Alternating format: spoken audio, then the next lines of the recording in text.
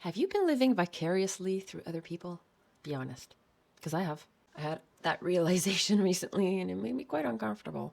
I spent years watching other people live through YouTube.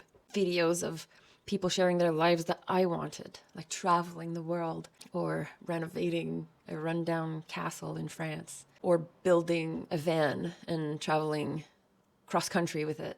I've watched many travel vlogs. I've watched people building businesses. I've watched people moving overseas. I've watched others falling in love. And I've watched other people take risks. All things that I want to do in my life. And something I didn't realize until recently is that watching all of that stuff, all of that content, it was as satisfying as actually doing it. And that's the dangerous part. YouTube became the window into the life I wished I had.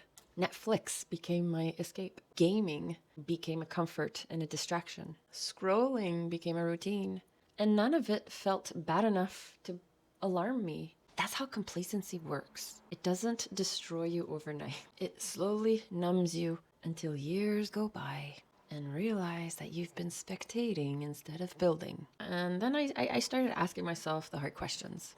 How many hours I spent consuming other people's dreams while neglecting my own? How many skills could I have learned by now? How many books could I have read by now? How much healthier could I be mentally, spiritually, physically? How many things did God put in my heart that I buried with distraction? Don't misquote me. I'm not saying rest is bad. This has nothing to do with resting. This has to do with distractions and idolatry, really. Pretty much stopping focusing on your own life and just watching others live, either through movies, TV shows, gaming, YouTube, you name it. But it's necessary to rest. And whatever rest looks like for you, rest could look like watching TV, gaming, or reading a book, or watching videos on YouTube. That's okay. I'm not discrediting that, because rest is biblical. Jesus rested. But endless entertainment, that's not rest. Sometimes it's avoidance. Sometimes it's fear, wearing comfortable clothes. And I think deep down, a lot of us are terrified of trying, of building, of putting a foot forward and actually work towards a goal. That part is scary because it basically includes failure, because no matter what we do in life, failure will arise. It will surface. We all fail forward.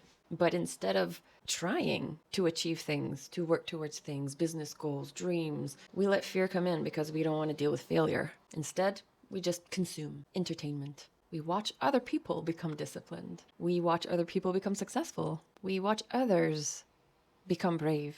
Meanwhile, our lives, they remain the same. Proverbs 13:4 says, "Lazy people want much but get little, but those who work hard will prosper." Wanting something is not the same as building towards it. And I was lazy. Dreaming was easy. Discipline was expensive. And complacency is sneaky because it oftentimes disguises itself as waiting on God. Sometimes God is waiting on us, waiting for us to move, to learn, to apply, to put a foot forward, to stop consuming motivation and actually becoming obedient. In James 2:17 it says, "Faith by itself isn't enough. Unless it produces good deeds, it is dead and useless." So that means you gotta do acts, you gotta work, you gotta walk, you gotta put one foot in front of the other. And yeah, dreaming can be inspiring, but don't remain inactive. I remained inactive for way too long. And yeah, sometimes we can get convicted, but yet we don't change anything. You can have full of ideas, but still remain empty of actions. And honestly, modern culture makes this worse and harder. We are overstimulated constantly. Our brains are constantly drowning in dopamine. Short videos, streaming, gaming, notifications, scrolling. We're being entertained to death, really. And then we wonder why we can't focus long enough to build anything meaningful. Is this happening to you? In Ecclesiastes 10:18, it says, "Laziness leads to a sagging roof.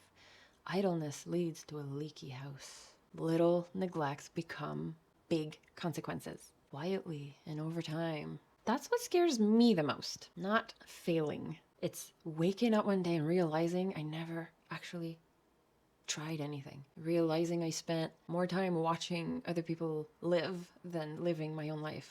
More time escaping than building. More time distracting myself rather than focusing on what God called me to do. And I think part of maturity is realizing nobody is coming to magically change your life and save you from that complacency. At some point, you have to become disciplined, even when you don't feel inspired, even when it sounds boring, even when the progress is very, very slow. In Colossians 3:23, it says, "Work willingly at whatever you do, as though you were working for the Lord rather than for people."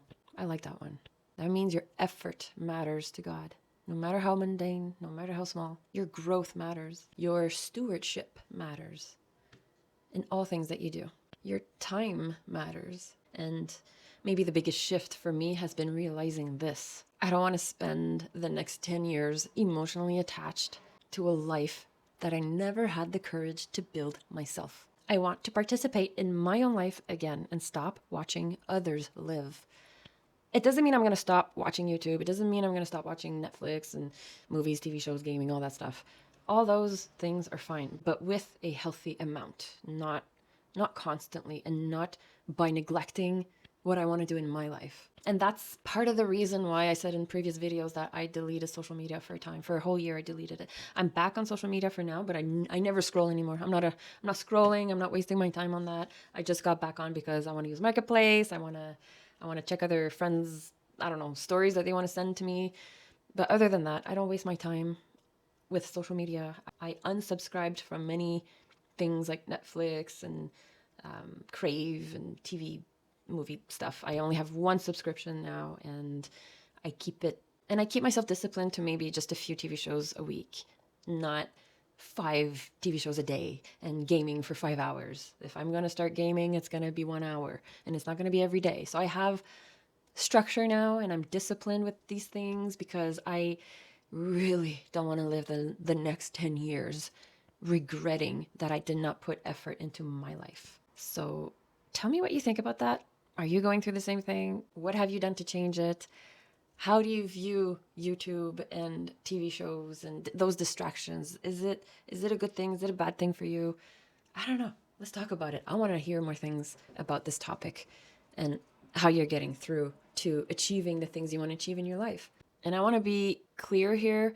I think it's a little harder when you're single to get to those achievements that you want in your life, your dreams, your goals. It's a little harder as a single person.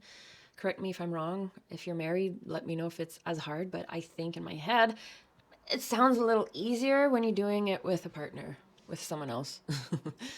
But let me know. Anyways, I hope this helped in any way, shape, or form. And thank you for subscribing. I saw in the YouTube studio that most of you are watching my videos are not subscribed.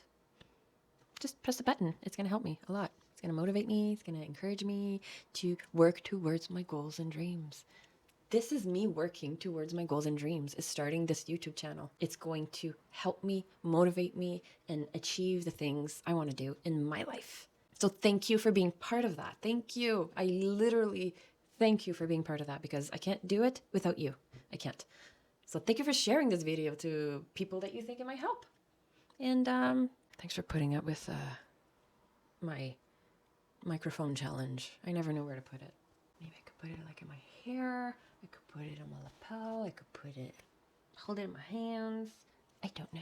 Is this annoying? Watching me hold this? Let me know. I feel like when I put it here, the sound is not as good.